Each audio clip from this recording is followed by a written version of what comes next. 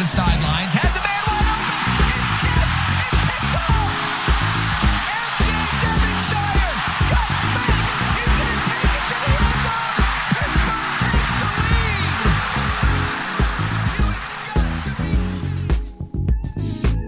He loves those moments. It reminds me of last year in the Garden against St. John's. And guys just stepped up. Blake hits a what the hell 3. You know, we're like, what are you doing? And he's done that all year. Klicka out to Bizzario. It's over. The Pitt Panthers have upset Wisconsin. Anybody if he hits his field goal. Up and got it. Sauls does it again.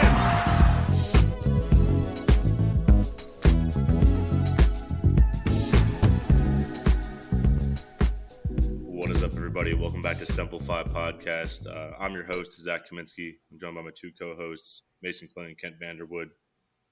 And it's Jurkover.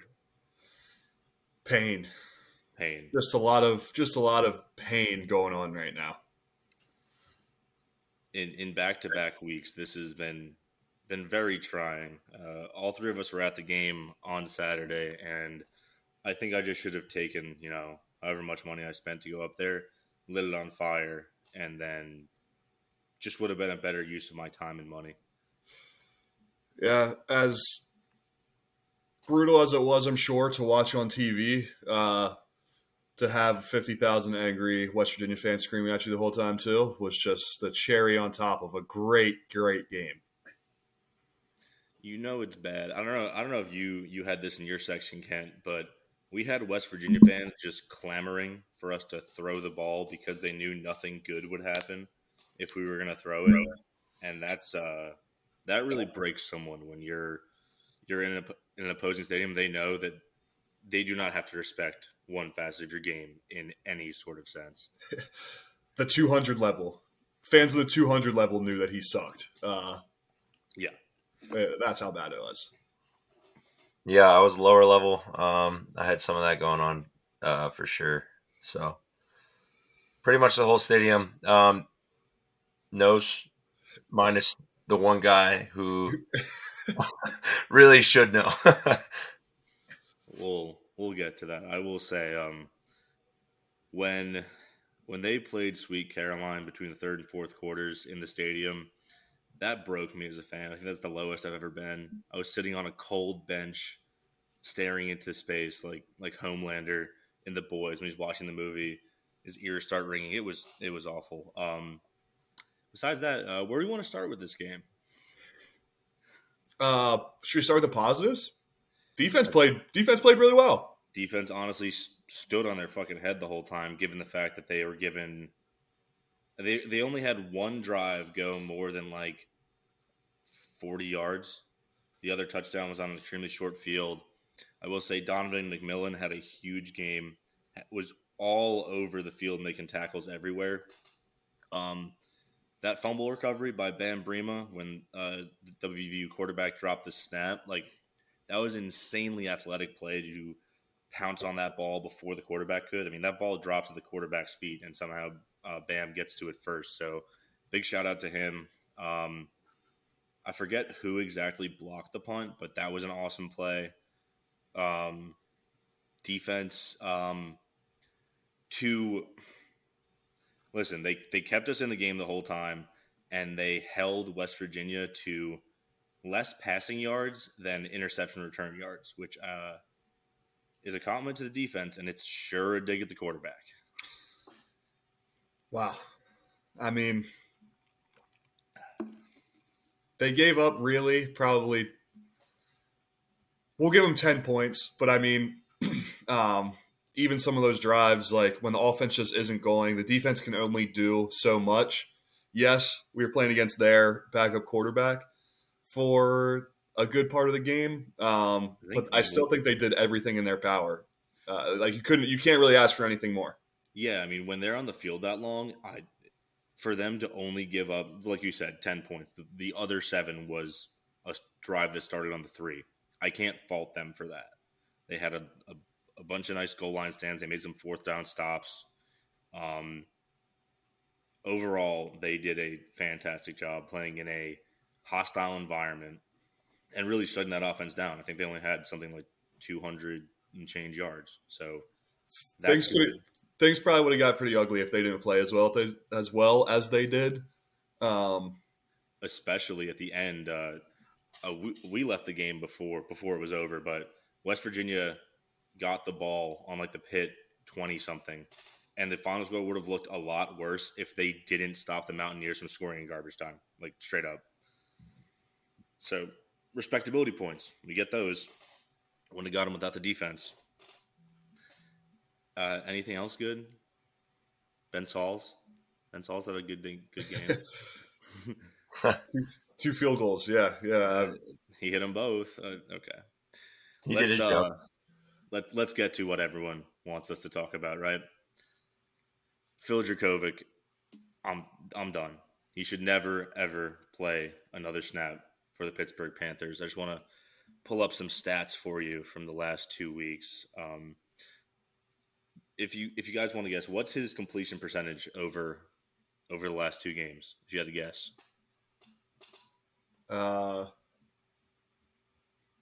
Significantly below 50, so I don't know, probably like 30%. 30, okay. Yeah, I was going to go with 35. Well, I just had the number. Kent, you're on the dot. 34.6.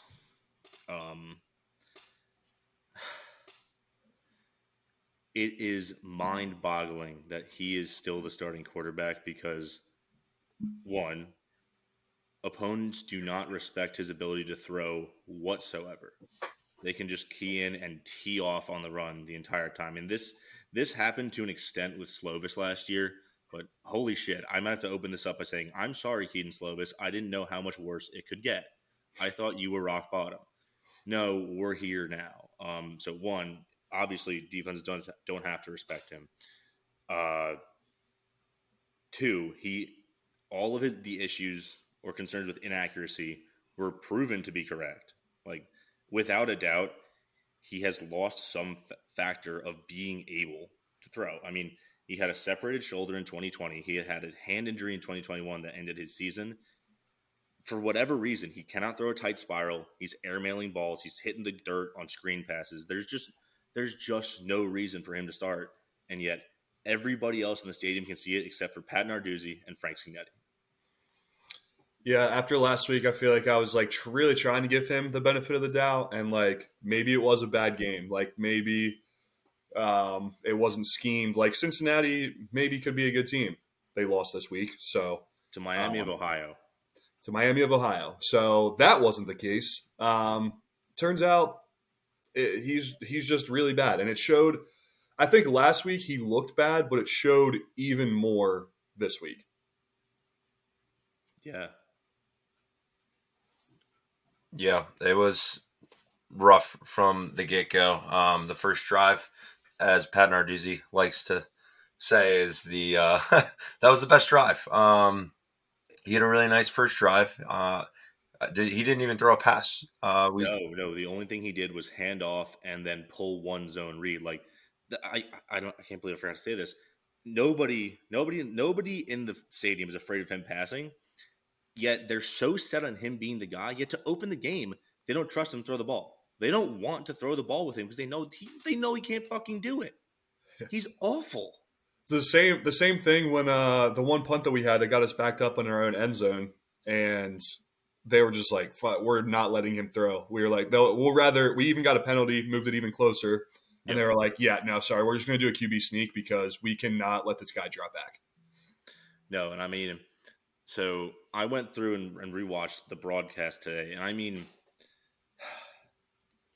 his throwing motion just looks ugly. Like, I don't know if you guys remember this play when he's throwing at Gavin sort of 10 yards, maybe past the line of scrimmage.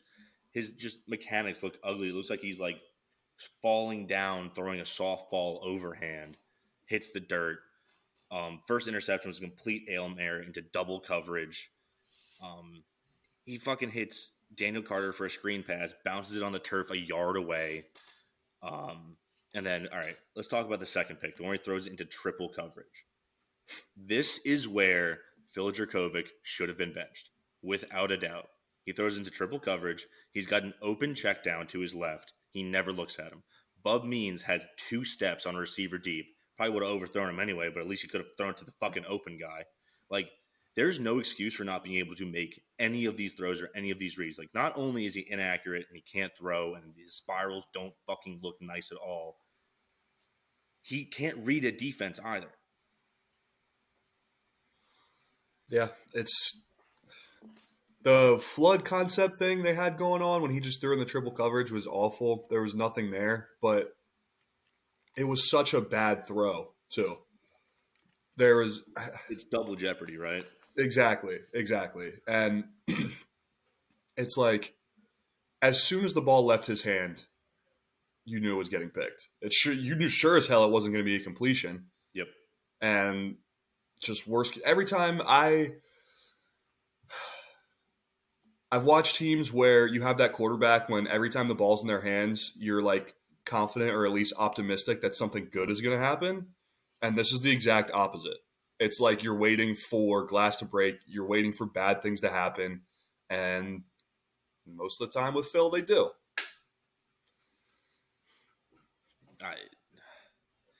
I don't know, man. It's gotten to the point where I don't know why Narduzzi is sticking with him. He's sticking with him publicly. In the post-game interviews, we're going to get these quotes from our friend Dom Campbell. The full quote, when asked if he's looking at backups, no, unless you can play, talking to the reporter. Dude, do not crack a joke like that. That's a fucking bad look for the program. It makes you look like a dickhead. And then on backups, he said, you guys are fast. When you start dumping a quarterback being a quick trigger, it's not good. Excuse me, but the best programs in college football fucking change quarterbacks like I change socks and underwear. Just to list a few off the top of my head. Nick Saban went to his backup quarterback in the national title game to win a championship. Harbaugh and Michigan kicked Cade McNamara to the curb the year after he got them to the playoff and beat Ohio State for the first time in a decade. Clemson has done this twice in the last 5 years, bringing in both Trevor Lawrence and Cade Klubnik over established starters. And to go back to Alabama again, they've played 3 quarterbacks so far this year because just the first 2 guys weren't getting it done. So they've gone to other guys because they know they don't have it. And if everybody knows that they don't have it, why are you sticking with them? Is it personal pride? Is it ego? Can you not accept that you were wrong with Phil? Does he have fucking blackmail on Frank Signetti? I don't know. It's basically a possibility at this point. Yeah, it really seems like to me that Narduzzi's just doesn't want to admit the fact that the guy that he brought in is that bad that he has to pull the plug on him. Seems like an ego thing to me at this point, but we have no way to know for sure, obviously. Yeah, as you mentioned, good coaches don't wait for it to really just get to a point where you have no choice. When you see the signs early that the guy's not going to pan out, you make the switch. Especially given the fact that Phil's a 1-year rental. I said this last week. Phil's not coming back next year. He has no eligibility. What's the point of sticking with him if he is the sole reason your team is 1-2? If Pitt had a replacement level quarterback for the last 2 games, I am confident that they win both of them. Yeah, and it's not like Phil's just going to magically be better next week. Like, I don't understand. Like, this is... No, he is who he is, right? He is who he is. He's proven that he is who he is. He is who he is. Yeah, exactly. The mechanics aren't there. Like, everything's just not there. It's like one thing to have one bad game, but, we're 3 games in.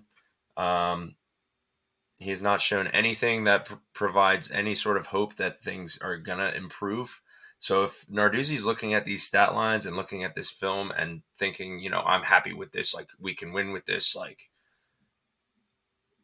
it's as much a detriment to the coaching staff as it is to the player at this point. Yep. If you can't make the adjustment, because we saw it last year, we saw it this year. Like we're kind of in the process of seeing it this year. Now, what are we going to do? How are we going to adjust, Pat? Because last year you didn't, and it kind of fucked us. Yeah, I'm at the point where if they don't make this change soon, like you're gonna have to answer for it, like with the seat getting hot, right? Like already, I've been on the record about this. I was not a fan of them hiring Frank Signetti. I think that hire has shown itself to be absolutely putrid. I think that he doesn't like. If you took D2 players, you could probably hold this offense under 5 yards of carry just because you know what they're going to do, right? You know they're just going to run the ball, run the ball, run the ball. And then he's like shocked when all of a sudden there's 7 guys in the box and his quarterback has no time to throw. Like he runs the most simple offense. And the fact that, I'll say it, the fact that Brennan Marion wasn't promoted after the 2021 season is a knock against Pat. Like I think we were talking about this earlier today in our drive back. He won an ACC championship. He beat Clemson. He won 10 games for the first time in fucking 40 years at Pitt with his offense. Now, the defense, for what it's worth, took a step back because they spent a lot of time out on the field due to the offense just scoring so many points. Not forcing out Mark Whipple, not hiring Brennan Marion, who was a part of that offensive staff and part of that offensive philosophy, it has to be an ego move because going to a better offense made his defense look slightly worse, even if it won him more games than he ever will again, unless he hires a better offensive coordinator. Yeah, definitely. I don't really understand how Pat can kind of look at that season and be like, nah, this isn't it.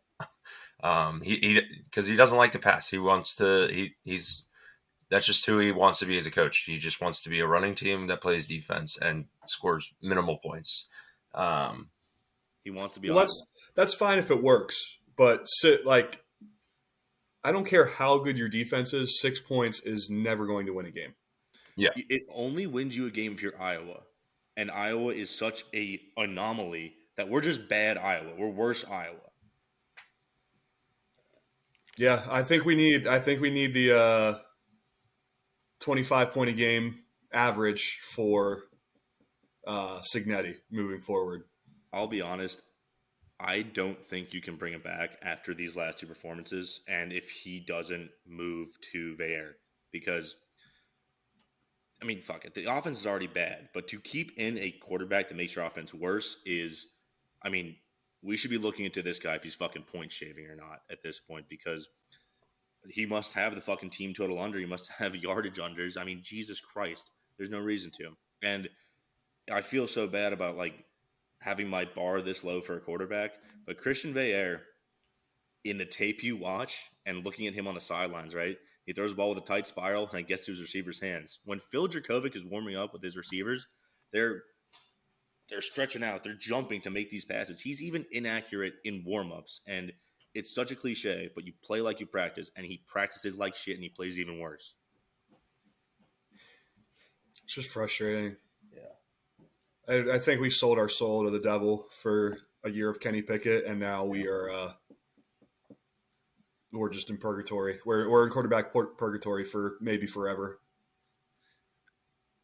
No more transfers, I'll be honest. No more 1-year transfers.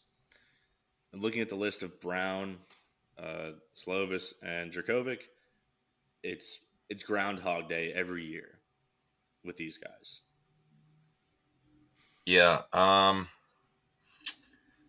Pat seems like he's sticking with Phil for this upcoming weekend. It's home. We play UNC. If you thought West Virginia was bad, UNC is going to be a bloodbath. I mean, it's going to be so bad. I mean, the offense is going to be inept as always. And then the UNC offense is just going to wear down our defense. They're probably going to, if I had to guess, the UNC offense is going to put up 60 on us and not have a second thought about it, just because they can. And I'll be honest, the best time to bench Phil was during this game. The next best time is right now, because you are handicapping your own team for points of personal pride. And that should be unacceptable as someone who's in charge, whose fucking job it is to win the game and not lose it. It's all self-inflicted. It's not like it's not like we only have Phil. He's our 6th-string quarterback. No, he's a 6-year quarterback who still just can't throw. and there has to be some intent behind it because I don't think this can be accidental looking at what he does and say, yeah, he's fine. That's good. The Boo Birds are going to be out early and often on Saturday. For the people that do actually still go. Yeah. I kind of want that video. I want him to hear that everyone can see it, and he just can't. Because Veilleux and Yarnell cannot be worse than this. No, and I know we saw Yarnell play. Sorry, go ahead. I was just saying, give him a shot. What's the worst? What is the worst that could happen? Oh, we lose to our biggest rival. Oh wait, we did that already. We lose to a inferior out of conference opponent. Did that twice. Did that too. I don't know. Something has to be different. It's so frustrating to root for this team. Do you guys support the Boo Birds? They're going to be there Saturday. Do you support them? Oh yeah. When you have this situation and your head coach is going to act the way he's acting right now, the Boo Birds have to be out. That's the shitty thing. I don't think that Phil should be booed because he shouldn't even be in. Yeah. But because that Narduzzi's putting us in this situation, he absolutely should. Does that make sense? Yes, it's a little roundabout, but I get it. We shouldn't. I hate because it's tough, man. Like, at the end of the day, I think he probably wants the team to do well, and that's what hurts when you're like booing the guy that the homecoming stuff. But his play is justifying that, and Pat Narduzzi not pulling the plug when we should is also justifying that. So let him have it. If he's out there, let him have it.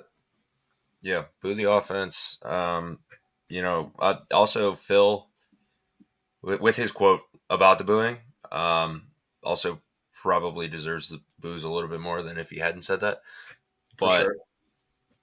Yeah, more so booing the offense in general until they look better. I think that's completely warranted at this point.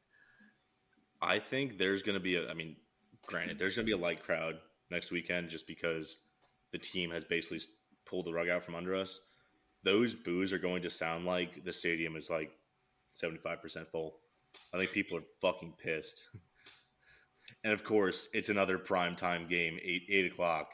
So the whole nation gets to watch us shit our pants for 4 quarters. That's the thing. It's so bad that it's not only taken away from the games that we've already played, but from the hype of the games that are yet to come. Imagine where we have mid-tier quarterback play, and this is a ranked unranked matchup. If we have an average quarterback, it's prime time against UNC, one of the teams that we always play crazy games against. And like you said, prime time, ranked, and now it's just like, well, I hope we don't lose by 30 because we're not going to score any points. Their offense is pretty good, so we'll see. We're back to that era. We're back to that era. We kind of got out of that for a while, and it was nice, but we've kind of sunken back down now to that reality that we were once in. The reality of, are we going to be a bowl team? You look at the rest of the schedule, and I want to get to that in a second. I do want to give out one more razz. We're going to looking forward, right?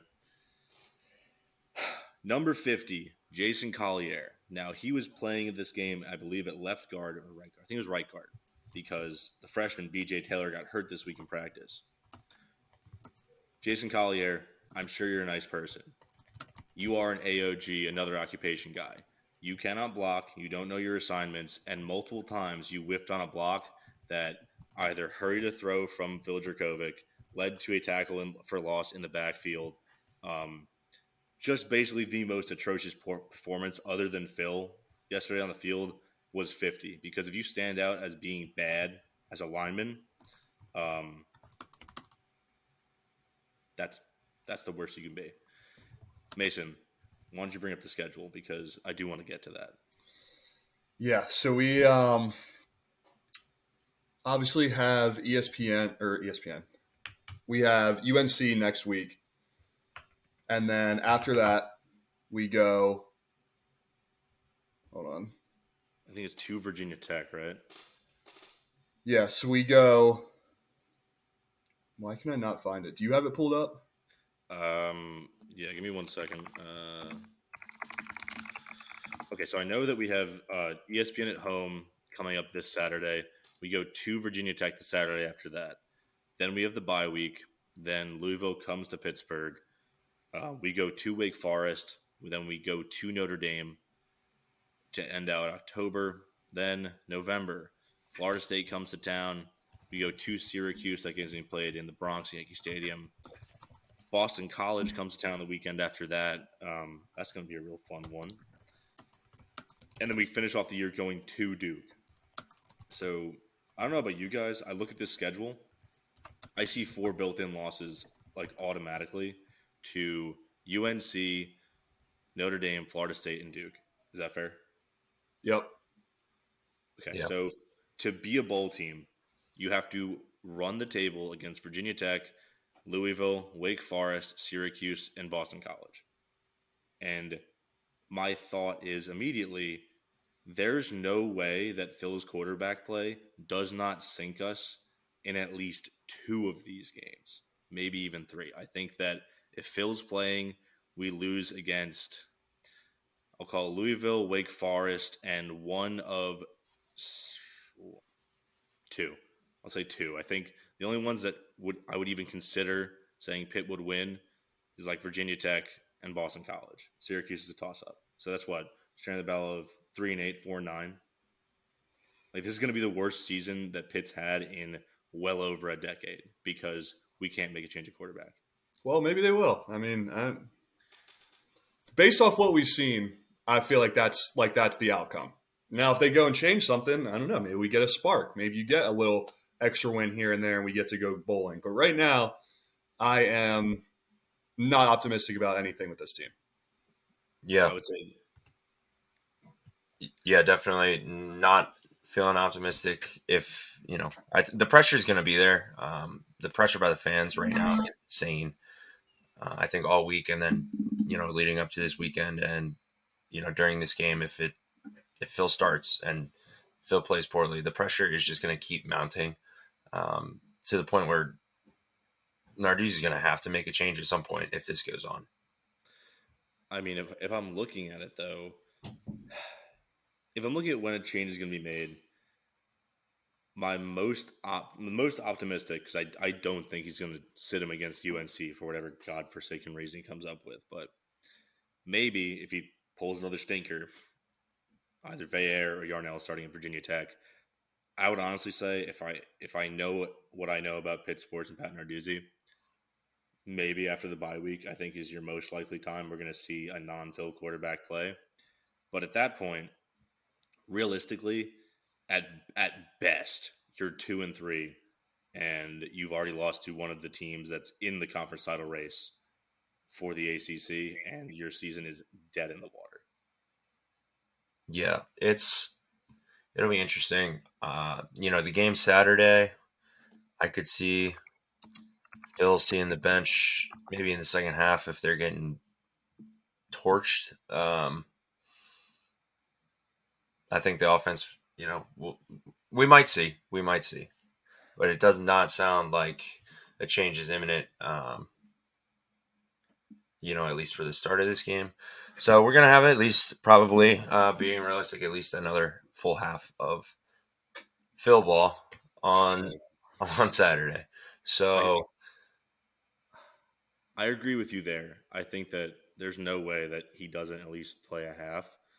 My fear is that what if they just don't sit him until they're absolutely forced to by like injury or something? Because, if we got 12 games of Caden Slovis last year and they were open to the idea of him coming back, I have no confidence that they are going to ever put Phil's job in some sort of risk for whatever goddamn reason that they have cooked up in their heads. I mean, this is the same offensive coaching staff that can't get Gavin Bartholomew more than 3 catches a game, even though it seems like every time they put Gavin Bartholomew on a seam route, he's open. Yeah, I don't trust them to figure it out because they can't figure it the fuck out. yeah, it's so bad because you see what happens when you get some of these playmakers the ball, and not only right now, are you pissing off the fans? You're for sure pissing off Gavin. You're pissing off Kanate. You're pissing off all the receivers. You're pissing, I'm sure they're not happy with their stats. They're not happy with the offense.